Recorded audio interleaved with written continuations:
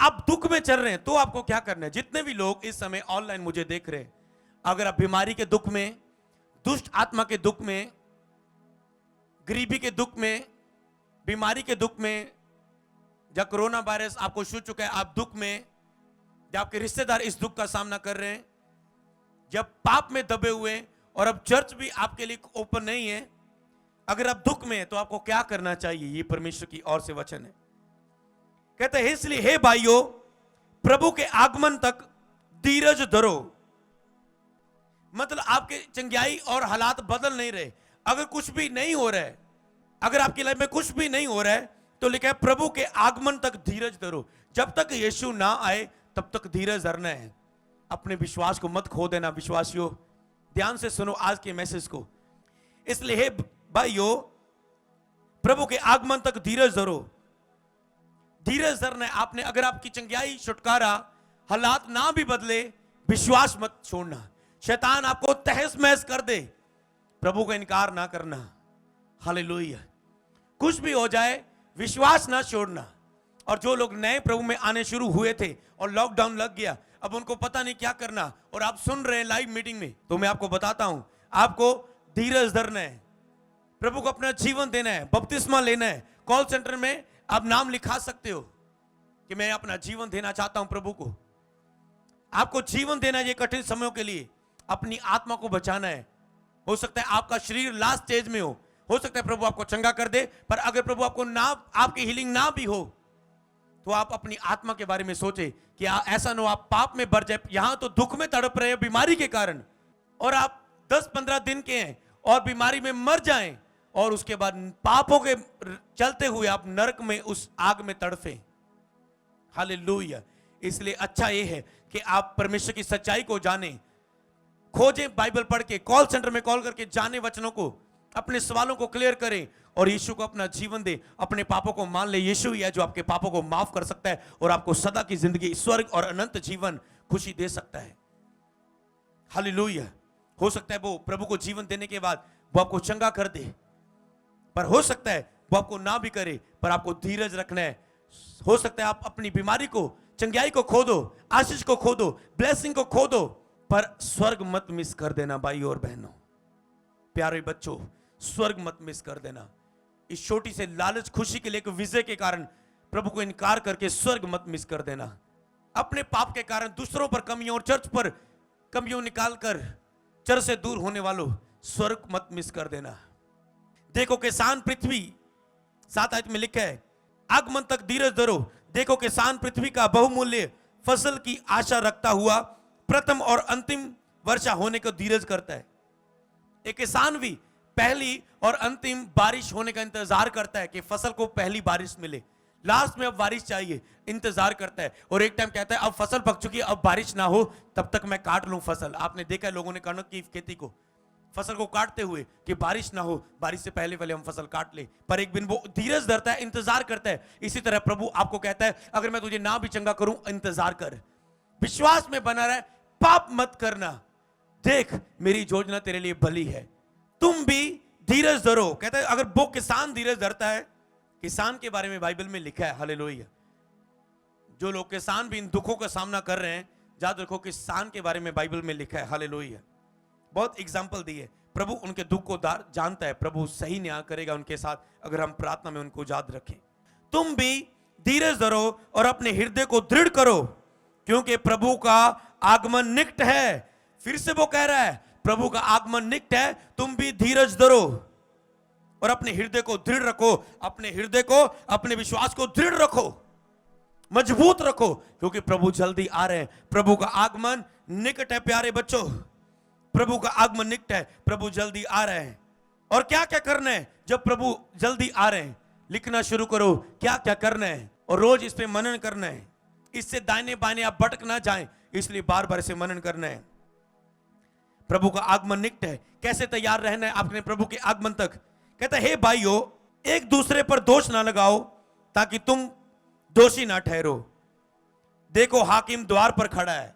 अरे अब वो कह रहा है वो आ नहीं रहा, वो द्वार पर खड़ा है। सोचो आसमान के द्वार पर, समझ लो आसमान खुलने वाला है और वो द्वार में खड़ा है, वो आने वाला है यीशु मसीह जल्दी। वो द्वार ही पर खड़ा है।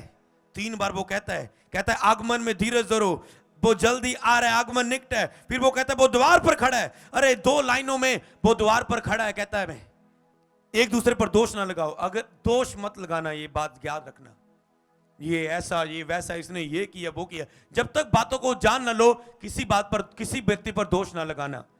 सभी बातों को ध्यान से सुनो। किसी के पर जो भी जिन लोगों के बीच में, शॉर्टकट में बताता हूं बस, जिन लोगों के आप बीच में रहते हो, जब तक आप पूरी बात को जान ना लो, किसी पर दोष ना लगाना, कि तुम पर भी दोष ना लगाया जाए। जब तक बातों को जान ना लो, परख ना लो, और दोष मत लगाओ। हालेलुया।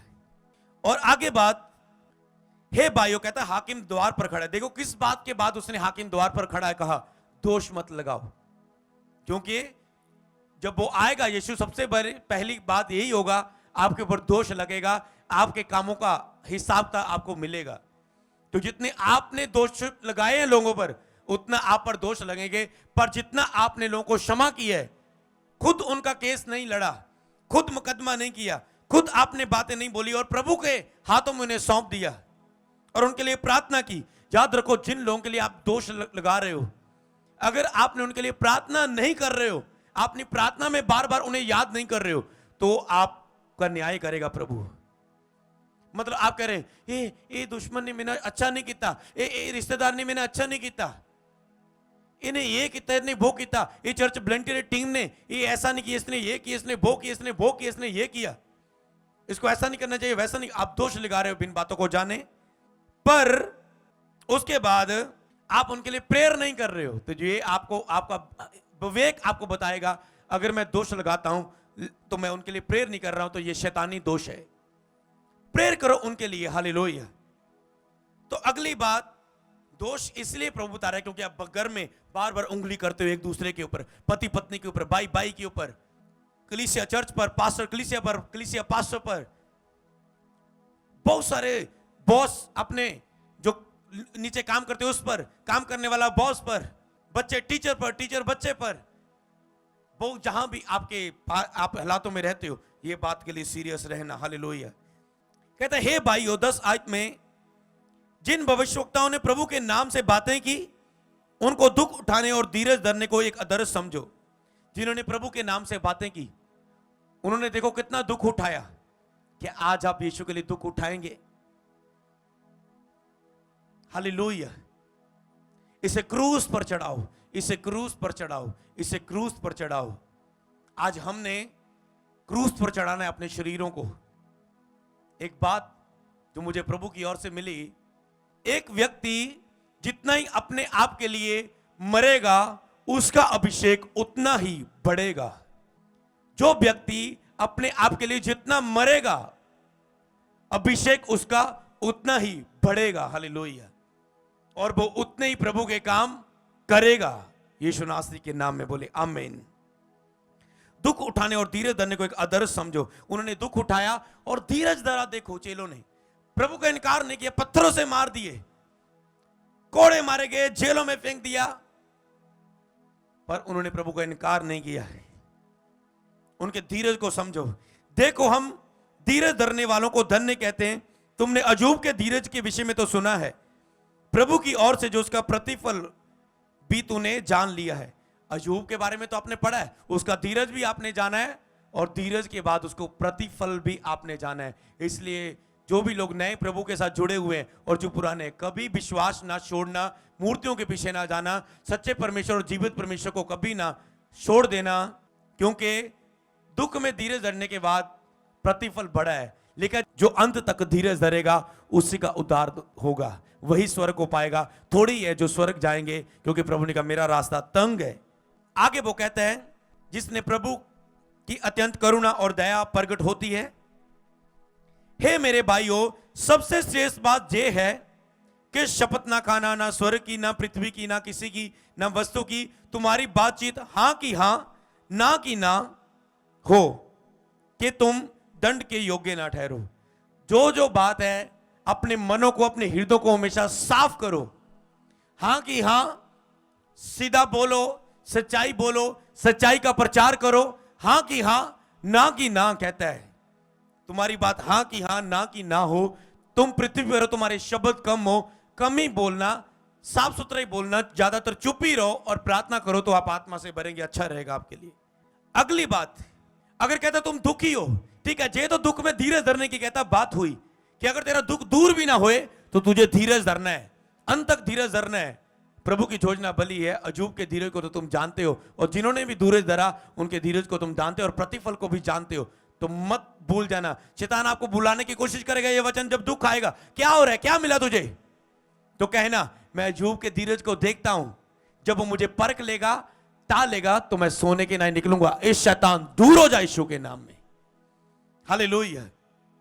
तो अगर ठीक है, ये तो अगर आपका दुख दूर ना हुआ तो आपने धीरज धरना है, पर अगर आप दुखी हैं तो आपको क्या करना है, करना आपको क्या है, तो वो तो प्रभु की इच्छा है। प्रभु कहते हैं जिस पर मैं दया करनी चाहूंगा दया करूंगा, क्योंकि प्रभु आपके मन को जानता है। एक पास्टर केवल आपके जब प्रार्थना करता है रोने वाले आंसुओं को देखता है, पर प्रभु आपके हृदय को देखता है कि चर्च में आप आंसू बहा रहे, घर जाके आप अपनी पत्नी से लड़ाई झगड़ा कर रहे हैं, आप पत्नी पर हाथ उठा रहे हैं, आप गालियां दे रहे हो, आप व्यभिचार कर रहे हो, आप नशे कर रहे हो, आप अपनी अभिलाषाएं पूरी कर रहे हो। इसीलिए प्रभु कहता है जिस पर मैं दया करनी चाहूंगा मैं उसको दया करूंगा, क्योंकि मनुष्य तो बाहरी रूप को देखता है, मैं हृदय को देखकर आशीष देता हूं। अगर आपका दिल साफ है, मन साफ है और विश्वास में अड़े और खड़े हैं तो जरूर वो आपको ब्लेस करेगा, हील करेगा, डिलीवर करेगा यीशु नासरी के नाम में। कहता है अब क्या करना है, यदि तुम में कोई रोगी है तो वह प्रार्थना करे। अगर आप में कोई रोगी है तो घर में बैठ के प्रार्थना करना शुरू करें। जो रोगी है वो क्या करें, प्रार्थना करें। दूसरी बात, यदि वो आनंदित है तो वह स्तुति के भजन गाए। अगर आप खुश हैं, याद रखना भजन गाने आपने, धन्यवाद करना है। कई लोग पता यहां गलती कर जाते हैं, जब वो खुश होते हैं, सब कुछ अच्छे से चल रहा है, बिजनेस अच्छा आ रहा है, इनकम बढ़ रही है, तनख्वाह बढ़ रही है, चर्च में आत्मिक जीवन बढ़ रहा है, चर्च में बहुत हमारे लेवल बढ़ रहा है, प्रभु हमें इस्तेमाल कर रहा है, बढ़ रहे हैं, तो वो धन्यवाद करना, स्तुति के वचन गाना, आनंदित के थैंक्स के वचन गाना भूल जाते हैं।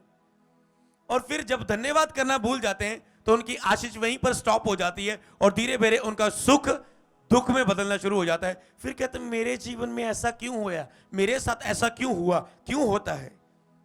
जब अगर आप खुश हैं तो आप आनंदित होकर भजन गाएं और अपनी खुशी दूसरों के साथ जाहिर करें और दूसरों को ये खुशी का प्रचार करें, ये खुशखबरी का प्रचार करें। यदि तुम में कोई रोगी है तो कलीसिया के प्राचीनों को बुलाए और वे प्रभु के नाम से तेल मलकर उनके लिए प्रार्थना करेंगे। कहते हैं यदि तुम में कोई रोगी है, कलीसिया के प्राचीनों को बुलाए, मतलब कलीसिया के प्राचीन जो बुजुर्ग है, जो मचोर है, ऐसे नहीं किसी को उठाया बुला ले, ओ जी मेरे हाथ रख के प्रार्थना कर दे, ऐसे नहीं कि कोई भी चलता फिरता आए और आपके सिर पर हाथ रख दे। लेकिन लोग पतरस के पास यीशु को लेकर जाते थे कि वो लोग चंगाई पाए, पतरस की परछाई उन पर पड़ जाए और चंगे हो जाएं।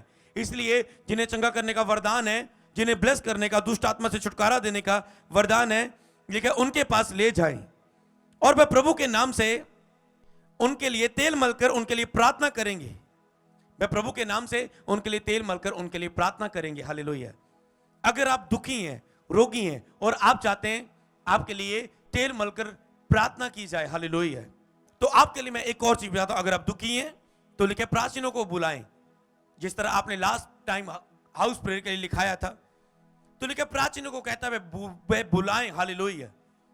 तो इसलिए तो आप कॉल सेंटर में कॉल करके प्रार्थना करवा सकते हैं। अगर आपके पास प्रेयर ऑयल है तो आप उसे लगा सकते हैं, नहीं तो आप कभी भी ऑयल ले सकते हैं चर्च में से, नहीं तो आप कॉल सेंटर में कॉल करके प्रार्थनाएं करवा सकते हैं। आने वाले समय पर तो आप कॉल सेंटर में कॉल करके लिखा सकते हैं।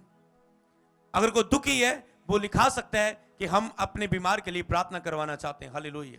तो आप अपने प्रेयर रिक्वेस्ट कॉल सेंटर में कॉल करके लिखा सकते हैं, अपनी हाउस प्रेयर के लिए, घर में प्रार्थना के लिए लिखे वह प्राचीनों को बुलाए और प्राचीन उनके लिए घर में जाके उनके लिए प्रार्थना करेंगे, हालेलुया। और विश्वास की प्रार्थना के द्वारा रोगी बच जाएगा और प्रभु उसको उठाकर खड़ा करेगा। अगर विश्वास के साथ आपके लिए प्रार्थना होगी और आप भी विश्वास करेंगे उस प्रार्थना के ऊपर, हाँ प्रभु मुझे चंगा करेगा, मैं इन घोषणा पर विश्वास करता हूं जो मेरे ऊपर कॉल सेंटर प्रेयर के टीम के द्वारा की गई, तो आप चंगे हो जाएंगे। जो मास प्रेयर के द्वारा, लाइव प्रेयर के द्वारा घोषणा मेरे ऊपर की गई, हाँ मैं चंगा हो जाऊंगा, तो विश्वास करने वालों के रोगी बच जाएगा यीशु नाम में।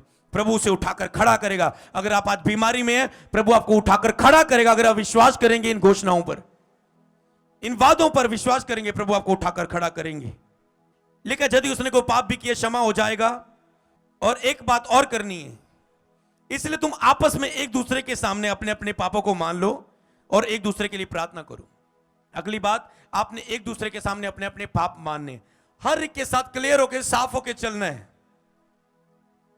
हालेलुया। शैतान बार बार आपके हृदय में गड़बड़ी करेगा कि आपके हृदय किसी के प्रति साफ ना हो, पर आपने शैतान का सामना करते हुए अपने हृदय को साफ करते जाना है, क्योंकि ये हीलिंग के लिए और आपकी लाइफ की उन्नति के लिए, अभिषेक में बढ़ने के लिए जेल बहुत बड़ा हिस्सा रहता है, हृदय को साफ करना।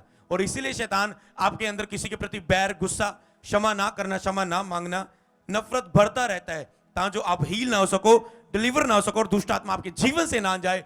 ये भेद को हमेशा याद रखना, हृदय को साफ करते रहो, एक दूसरे के लिए प्रार्थना करो। अगला काम है, एक दूसरे के लिए प्रार्थना करनी है आपने, जिससे तुम चंगे हो जाओ। करेंगे आप दूसरों के लिए प्रार्थना और प्रभु आपको भी चंगा करेगा। धर्मी जन की प्रार्थना के प्रभाव से बहुत कुछ हो सकता है।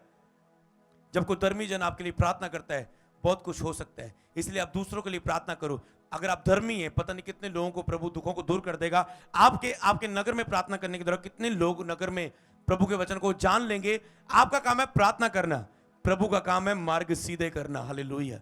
वो आपके नगर के लोगों के लिए मार्ग सीधे करेगा, बैकसाइड लोगों के लिए ऐसे मार्ग खोलेगा कि वो प्रभु के पास आ सके। चाहे वो ऐसे ही फेसबुक में इधर उधर की वीडियो देखने के लिए फेसबुक ऑन करेंगे और प्रभु ऐसा प्रचार उनके सामने लेकर आ जाएगा कि वो प्रभु के पास फिर से आ जाएंगे। हालेलुया। आपका काम है प्रेयर करना, प्रभु का काम है मार्गों को खोलना। हालेलुया। धर्मी जन की प्रार्थना से बहुत कुछ हो सकता है। लेकिन एलिया भी तो हमारे साथ दुख सुख भोगी था और उसने गिड़गिड़ाकर प्रार्थना की, मी ना बरसे, और 3.5 वर्ष तक भूमि में मी ना बरसा। एलिया भी देखो दुख सुख भोगी इंसान था, कोई वो आसमान से नहीं आया था। उसने गिड़गिड़ा के प्रार्थना की, मी ना बरसे, मी नहीं बरसा। हालेलुया। 3.5 साल मी नहीं बरसा। हालेलुया। बारिश को रोक दिया प्रार्थना के द्वारा। तो आपकी प्रार्थना में ताकत है, मैं आपको यही बताना चाहता हूं। अगर आप धार्मिकता में जिएंगे, पवित्रता में जिएंगे, तो आपके अंदर ताकत है। अगर आप धर्मी जन हैं, धर्मी जन की प्रार्थना से बहुत कुछ हो सकता है, चाहे आपकी बीमारी कुछ भी क्यों ना। अगर आप धार्मिकता में चले और उस धार्मिकता में अपने सिर पर हाथ रख के प्रार्थना करें, अगर आप धर्मी है तो आपकी प्रार्थनाएं सुनी जाएगी। आपको प्रभु के दास के ले हैंड की जरूरत नहीं होगी। अगर आप धार्मिकता में चल रहे हैं, आप प्रार्थना करेंगे, आपकी सुनी जाएगी और आप चंगे हो जाएंगे। हालेलुया। फिर उसने प्रार्थना की तो आकाश से वर्षा हो तो भूमि फलवंत हुई। फिर प्रार्थना की अब बारिश हो तो बारिश हुई। हालेलुया। तो आपको पता है एलिया ने भी एक बार नहीं प्रार्थना की। हो सकता है आपने आज संडे प्रेयर रिसीव की, आप चंगे नहीं हुए। एलिया ने भी बार बार बोला, देख आकाश में कोई चिन्ह दिखा? वो कहता है नहीं, कोई नहीं दिखा। एलिया फिर प्रार्थना कर रहा है। अब देख के अपने बंदे को बोलता है, कहता है कोई बादल नहीं आया। फिर प्रार्थना में बना रहा, देख के फिर कहता है छोटा सा मुट्ठी भर बादल दिख रहा है। हो सकता है आज आपको कोई चंगाई फील ना हो, कल ना हो, उदास मत होए, विश्वास में बने रहे, विश्वास में बने रहे। वेडनेसडे प्रेयर मीटिंग को अटेंड करें, संडे मीटिंग को अटेंड करें, कॉल सेंटर में प्रेयर करें, घर में प्रार्थना करें, वचन को पढ़ें, फायर प्रेयर लगाएं, वर्शिप गीत लगा के आराधना करें, बाइबल को पढ़े। कभी भी प्रभु आपको छू सकता है। नहीं हुए, फिर प्रेयर में बने रहे, फिर प्रेयर में बने रहे, फिर प्रेयर में पड़े रहे। तब तक प्रार्थना करते जाओ, प्रार्थना बढ़ाते जाओ। प्रार्थना का समय जब तक उत्तर ना आए, ऐसे लड़ो अपने हालात के लिए। हालेलुया। तो क्या होगा? टाइम आएगा, प्रभु आपकी लाइफ में अद्भुत कार्य करेगा। हालेलुया। मुट्ठी भर बादल दिखाई दिया, तो हो सकता है आपको आज प्रार्थना की तरफ मुट्ठी भर चिन्ह दिखाई दे। अच्छा, थोड़ी सी एलर्जी जा चुकी है, हाथ की जा चुकी है, पैर की बाकी है। अरे वो भी जाएगी। अड़े रहो, खड़े रहो और गवाही के साथ वापस आने के लिए तैयार हो जाओ। हालेलुया। हे भाइयों, यदि तुम में कोई सत्य के मार्ग से भटक जाए और कोई उसे फेर लाए, तो वह ये जान ले कि जो कोई किसी भटके हुए पापी को फेर लाएगा, वह एक प्राणी को मृत्यु से बचाएगा और अनेक पापों पर पर्दा डालेगा। अगर कोई सत्य से भटक जाए तो आप देखो कौन भटक चुका है, उसके लिए लगातार प्रार्थना करो। जब प्रभु हियाब दे, अंदर से अगुवाई करे, उस व्यक्ति के पास जाओ और कोई उसे फेर लाए, तो वह जान ले किसी भटकी पापी को जब फेर लाए तो एक प्राण को मृत्यु से बचाएगा। हालेलुया, मृत्यु से बचाएगा। हालेलुया। कई वक्त भटकने वाले लोगों के लिए जो चर्च छोड़ देते हैं, संगति छोड़ देते हैं, टीम में से निकल जाते हैं, कई वक्त मेरे मन में रहता है कि उनकी ये गलती है, उनकी ये गलती है, पर उनको नहीं पता जो उन्होंने बोया अब उन्हें काटना पड़ेगा। हालेलुया। तो मेरी उनके लिए रहता है मेरे उनको ये ना काटना पड़े, ये मैं संदेश उन तक पहुंचा दूं कि तूने ये बोया है, तुझे ये काटना पड़ सकता है, पर अगर तू पश्चाताप करे, अगर तू मन फिराए और पूरे मन से फिरे और तेरा पश्चाताप कर्मों के द्वारा दिखे तो तू बच सकता है। तो शायद प्रभु तुझे जो तूने बोया है इसका लेखा तुझे ना देना पड़े। धन्य है जिसका पाप का लेखा यहोवा ना ले। शायद प्रभु तेरे पाप को माफ कर दे। हालेलुया। क्योंकि हम हर एक से प्रेम करते हैं और हम नहीं चाहते कोई दंड पाए अज्ञानता के कारण, शैतान के वश में होके। हालेलुया। तो इसीलिए लिखे अपने प्रेम का परिणाम दो। हालेलुया। यही तैयारी है यीशु के आने तक। हालेलुया हमारी। तो बाइबल में लिखा है, इस वचन को आपने मनन करते जाना है और जो घर में पढ़ना है, पहला पत्रस उसका 1 अध्याय 1 से लेकर आपने 9 तक पढ़ना है और उसकी 13 आयत से लेकर आपने 16 आयत तक आपने से पढ़ना है। हालेलुया। ध्यान से पढ़ना है। इसमें प्रभु क्या कहना चाहता है। कुछ वर्क मैंने आपके लिए दिया था जो आपके विश्वास को प्रभु दे सके। इसमें यह वचन लिखा है 7 आयत में, इसलिए कि तुम्हारा परखा हुआ विश्वास आग के ताए हुए नाशवान सोने से भी कहीं अधिक बहुमूल्य है, यीशु मसीह के प्रगट होने पर प्रशंसा और महिमा और आदर का कारण ठहरे। हालेलुया। आपका जब विश्वास परखा जाता है, आपको पता है प्रभु इसीलिए कुछ हालातों में, परिस्थिति में आपको रखता है, आपके विश्वास को परखने के लिए। चर्च ड्यूटी में रखता है कि आप कैसे चलते हो, आपके विश्वास को परखने के लिए, क्योंकि आपका परखा हुआ विश्वास सोने से भी कीमती है। हालेलुया। आप बहुत अमीर है, आपका जिनके पास विश्वास है, आप दिखने में तो गरीब और पैसे की गटी में हो सकते हैं, पर परमेश्वर की निगाह में आप बहुत धनी है। लेकिन ऐसे लोग हैं जो धनी है पर वो परमेश्वर की निगाह में धनी नहीं है। हालेलुया।